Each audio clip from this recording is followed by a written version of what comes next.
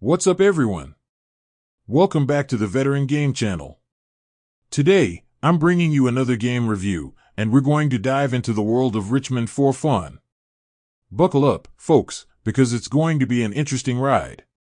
RichMan for Fun, developed and published by Softstar, is the third game in the RichMan series to be launched on the Nintendo Switch, and frankly, my patience is wearing thin with this series.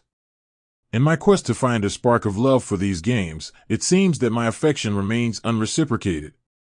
In fact, RichMan for Fun feels like a significant step back from its predecessors. For those unfamiliar, RichMan for Fun is essentially a simplified version of its main series counterparts, resembling a variant of the Itadaki Street, Boom Street, Fortune Street series. Picture Monopoly, but now add a layer of stock market gameplay. You roll dice, navigate the board, buy and upgrade properties, and even invest in shares for a more diversified approach to wealth accumulation. The aim is still the same: make more money than your competitors, even when they don't land on your properties. However, where RichMan for Fun differentiates itself is in its simplified gameplay. The maps are smaller, the characters bolder and brighter, and the interface more suited to a mobile audience. The stock market feature remains, as do the attack and defense cards, yet the game mechanics have been streamlined to encourage shorter play sessions.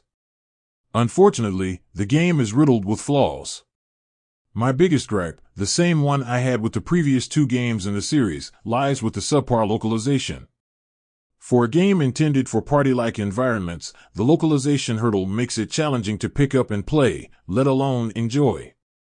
I've persevered and learned the mechanics over time, but it's unreasonable to expect others to invest that same time and effort. The transition from mobile to console also leaves much to be desired. The interface design is haphazard at best, with button assignments seeming almost random. Basic navigational tasks like scrolling through menu options or selecting maps becomes an uphill battle due to the non-intuitive controls.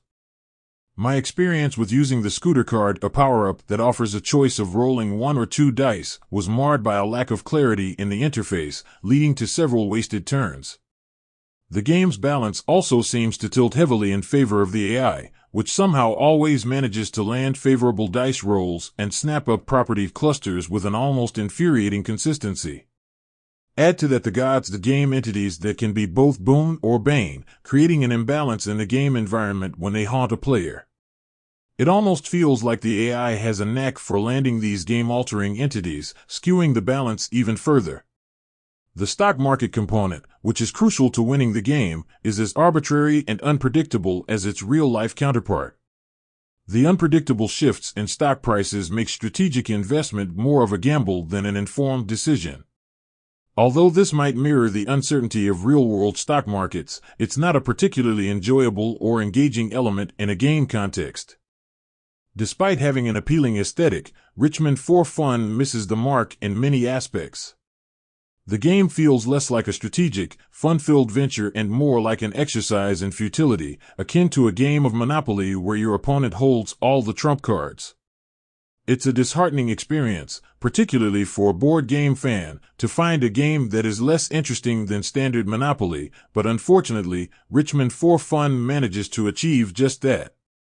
To wrap up, I can't help but think that RichMan for Fun should have remained a mobile game.